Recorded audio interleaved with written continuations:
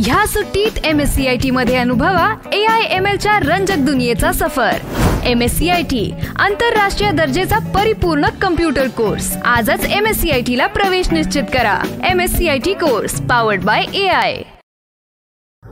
सेवानिवृत्त शिक्षकाच्या मुलाला रेल्वेत नोकरी लावतो म्हणून 14,67,000 रुपये घेऊन आर्थिक फसवणूक केल्याप्रकरणी नंदू पाटील या गुन्हेगाराची नोंद वडखळ पोलीस ठाण्यात करण्यात आली होती। तक्रार दाखल झाल्यापासून गेली 4 महिने तो फरार होता।